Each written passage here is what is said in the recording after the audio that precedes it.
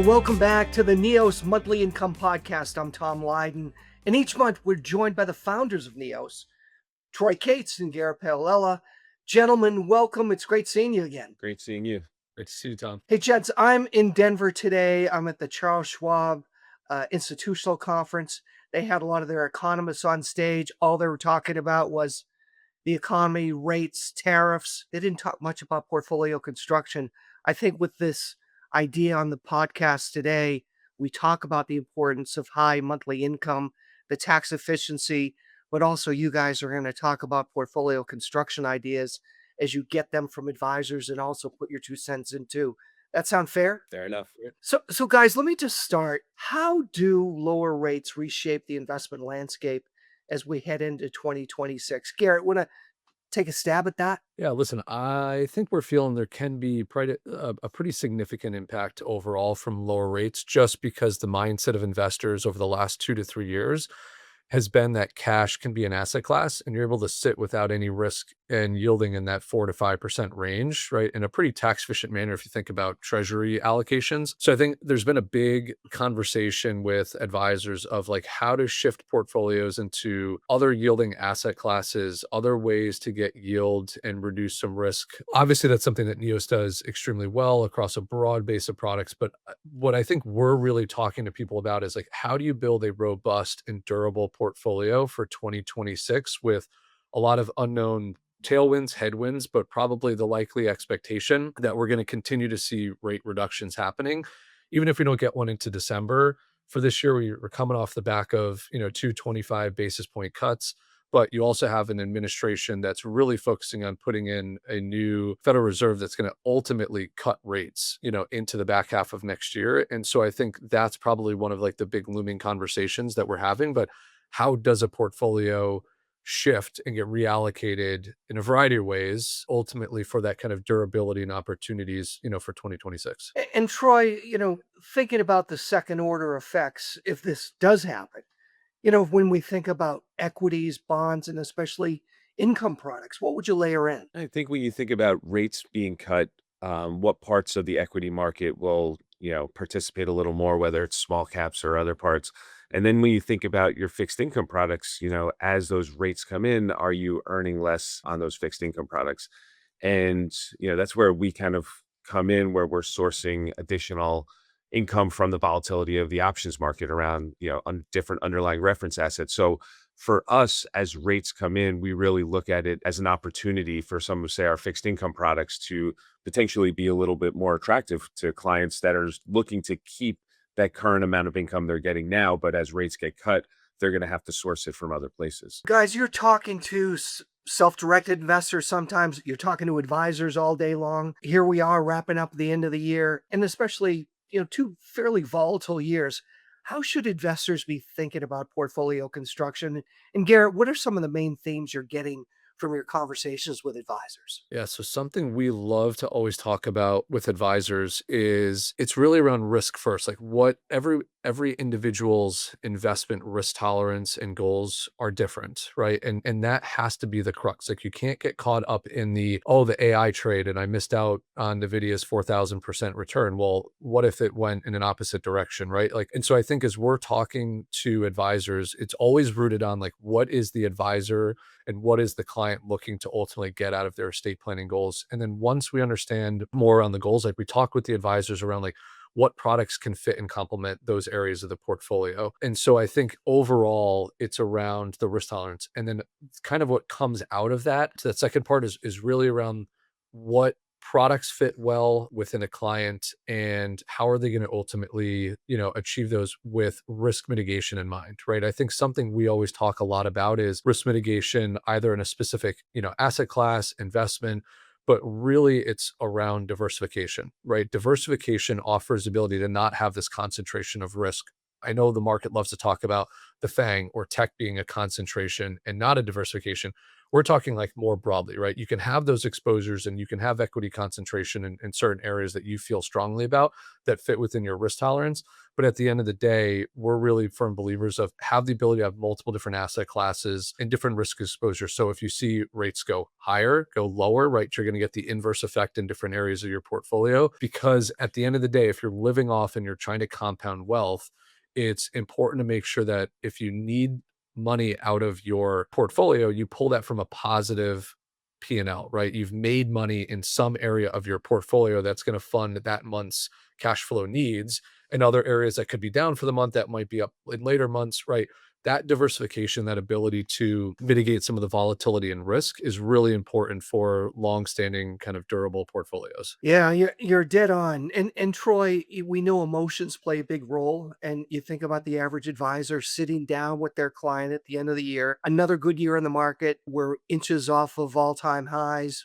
That it's been fantastic. Clients are willing to take on more risk. As advisors, we tend to be more long-term in nature. We want to make sure we have a plan. And what are you hearing from advisors today as they're looking at 2026 regarding the right balance between risk assets and income strategies, especially those that are maybe introduced to tax advantaged income for the first time? Yeah, I think the advisors we talk to have been really focused on the Fed, what's going to happen there.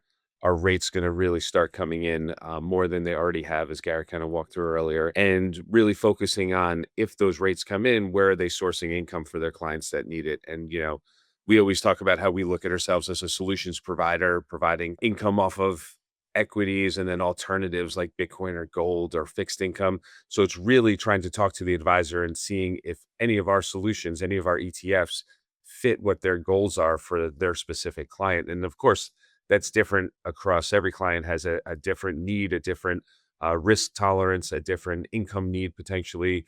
And so for us, it's really working with those individual advisors, understanding what they're looking for, sometimes looking at their portfolios with them and saying, this is where maybe one of our products could possibly fit for what your need is for this particular client. So it's always working, closely with the advisor community and understanding what their needs are. But from our conversations, especially going into year end, thinking about tax loss harvesting, what they're doing on that front, a lot of our names have come into conversations and really also focusing towards the Fed. Yeah, and we want to talk about tax loss harvesting, but first, Garrett, when you think about the $8 trillion that's in money market funds, and now we're seeing a 3% number pop up. It's not what it used to be. It's not in the 5% area, and it's going to go lower. We know with lower rates. At the same time, traditionally, investors and advisors during a lower rate environment will go longer duration, or maybe they'll go up the yield curve shifting from corporates to maybe sprinkling in some high yield in there as well. Now that many of these advisors that you're talking to have neo strategies in the mix, how does that play into their income allocation? Yeah, so I think what's great about it, and this is kind of a pun intended, is right, there's more optionality out there in the marketplace with products and thinking specifically about us, because we can give a little bit more of an insight from that standpoint. It's finding ways that a lot of cash, as I mentioned, was an asset class. It was okay to just sit in cash money markets and earn, 4 to 5% and being exempt from state and local taxes. With that now coming, in a reduction standpoint, we're really talking to advisors of like, again, that risk profile. But what we're seeing is longer duration across the fixed income and trying to get a little bit of ahead of what could be coming for next year. I think advisors are concerned that as rates continue to come down, right, what's the point of buying just a standard vanilla fixed income allocation where prices are going to be higher and yields are going to be lower? Ultimately, all that's doing is kind of giving a little bit of a defensive posture in the portfolio. We're actually seeing people use our fixed income products because you can get that potential, 100 to 200 basis points of additional income above and beyond what you're getting in fixed income. But it's also other asset classes, right? It's leveraging the fact that you can generate income off of gold, right, after a historic run. Or another conversation has really been our hedged equity income products, and so that you can still have the participation, the ability to leverage, right, long time tested equity indexes, but you could do that on a risk mitigated way with the ability to generate in that like 6 to 9%, income range. And so I think just as we're talking portfolio construction, it's really looking to say, I might have had 12 products in my overall asset allocation for my investors. Well, I can move now to like 15 or 16, and I can generate income off of asset classes I normally haven't been before.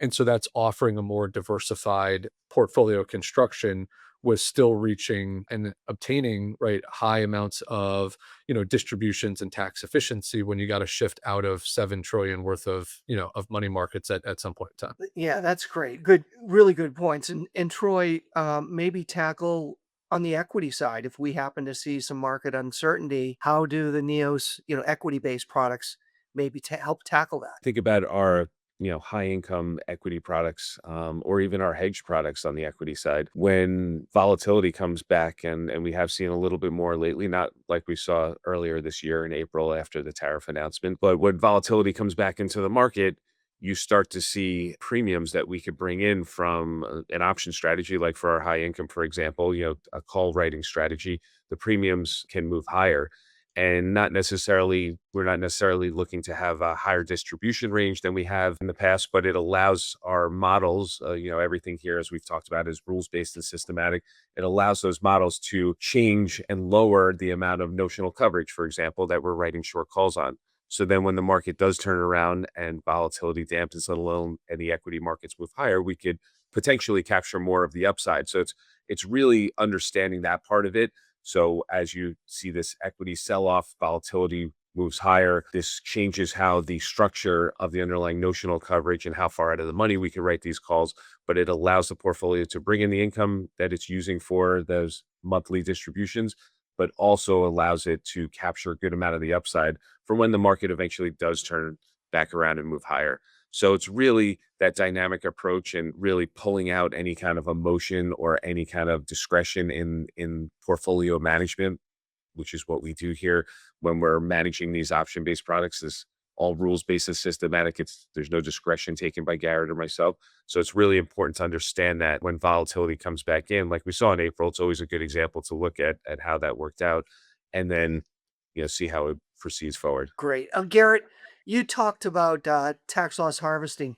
Dig in a little bit, if you would, and talk about where the best opportunities you see today. I think tax loss harvesting is always a great opportunity for advisors and their clients, right? To ultimately capture some type of a loss or realize a loss out of an investment in their portfolio and switch into something else. So obviously that's the high level, the goal of it. But I think there's a variety of ways to do that. Some things we're seeing certainly across the fixed income where we've seen maybe a little bit of a rally now in fixed income on pricing as yields have started to come down, but we're seeing the ability to tax loss harvest out of like high yield and kind of core over the last few years and get into a product, like ours, like a BNDI or an HYBI that ultimately are giving you that kind of enhanced income. And so I think some of more of like the CIOs look at that as, well, I can just get an enhanced total return and compound the returns back at a faster rate.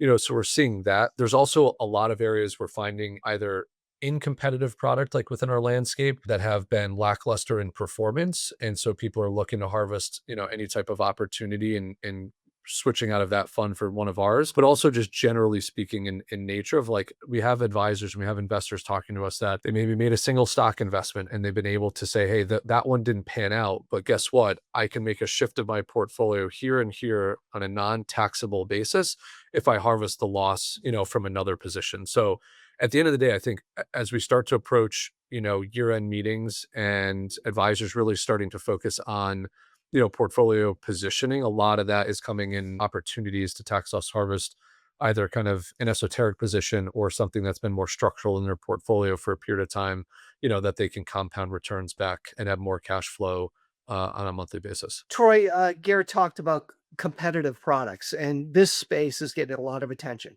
There are more and more ETF issuers that are jumping in. There are more and more advisors that are doing the educational path down to know more about it. And they're not all the same. As you point out regularly, the opposite strategies that you guys use, they're different from product to product, competitor to competitor. And some out there, as Garrett said, maybe didn't have as good performance, but also the tax efficiency is really going to come to the surface as well as we get in towards the end of January and we look at the true tax efficiency numbers that we'll be able to report to shareholders. Can you maybe touch on that and what that means? Yeah, I think, you kind of hit the nail on the head. This space has grown tremendously, and we talk about that a lot. I feel like every time we get on, there's a big handful of more ETFs in the option-based space putting out income. And for us, it's really about education. It's thinking about how we could, educate the advisor community, educate any individual shareholders on what they're buying. And it's really important to do your homework and look into what you're owning. The great thing about an ETF is the transparency. You could go on our website or a competitor's website, pull up the holdings of an ETF, understand what's actually in the ETF. You really can understand what you're owning when you buy that ETF. So it's really important to spend that time to do your homework and to think about, as this space continues to grow. Yes, they're all not equal. All option strategies are not equal. So it really, when, as you were saying, coming into the end of January, when you get that 1099 for the products that you held during this year, and you can look and understand what kind of tax efficiency is behind it. You know what kind of distributions you got. You'll know what your total return was for those products at that point. But then you got to really look into it and see how much of that distribution do you get to keep, or how much is paid out to taxes. So that's a very important thing. It's very important to sit with your advisor or to sit with your financial professional and understand that part of it, and really do your homework on that. Because if you're getting a nice distribution and most of it's going out to taxes because it's all ordinary income, that might not be exactly what you were looking for. So it's really important to continue to understand how that works. Garrett, you touched on other asset classes and what you're offering, and you've been really innovative in that area. And Troy just talked about the tax efficiency.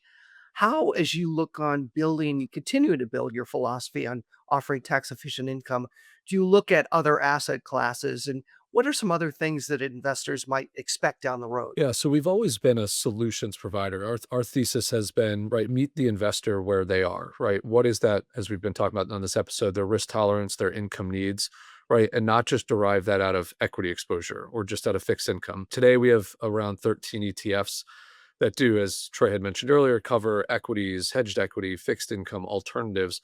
I think our goal is always to hear from investors, talk to advisors, like where are pain points in portfolios, or where are there opportunities to really leverage the ability to offer a more, volatility managed, income oriented product. And so I think from us, we'll continue to bring out innovative solutions that allow investors to continue to espouse like their market views, right? Their beliefs. We kind of expect that to come across more equity based products or fixed income based products in 2026.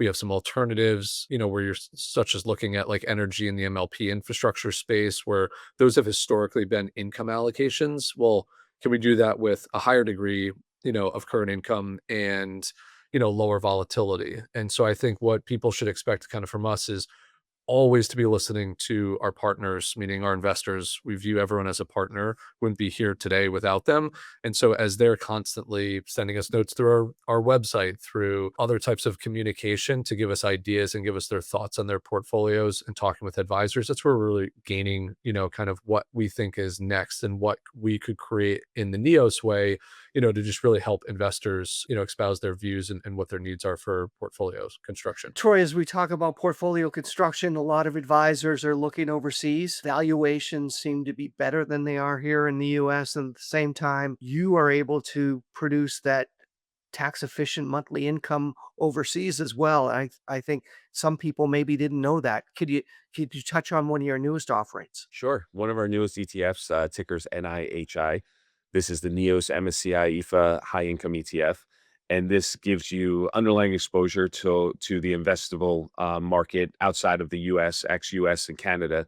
And it's really important when you think about most investors that are investing in the US don't really think about that international exposure. And then so we really wanted to bring a product that could get you that exposure, but also give you income on top of that. So we've worked with MSCI in not only licensing the index, but being able to trade the MSCI EFA index options to bring in that income.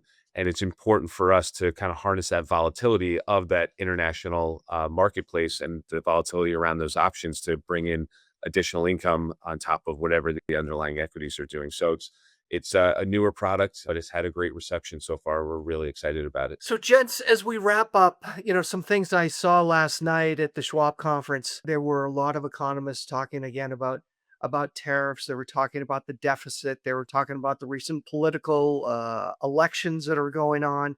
And in the end, they kind of came to the surface with, you know what, it may just be noise 3 months from now. What are some big things or maybe some surprises? And I know you're not predictors, but some things that investors and financial advisors need to be thinking about in 2026. Not saying it's going to happen, but maybe there's some things that we're not talking about the way we should. Garrett? I would just say expect spikes and spats of volatility, right? I think we've been coming into 25, even back in 24, we were saying 25 is going to have heightened volatility, right? You just know that from the current administration here in the US, but there's a lot going on geopolitically as well. I mean, right, there's conversations around tariffs and trade talks across the globe, but then there's also, not only what is the Fed doing here in the US, but what's the ECB doing, right? What are other countries doing based on accommodative easing or tightening? And so I think that coupled with a very aggressive administration on passionate items that they feel they need to be involved in, right? Causes unknowns around certain events or certain even tweets, that can be put out there. And so I think what I would expect is definitely increased levels of volatility. Those might come as we saw, this year where it's not persistent, but it's, they spike and then they mitigate and they spike and then they mitigate.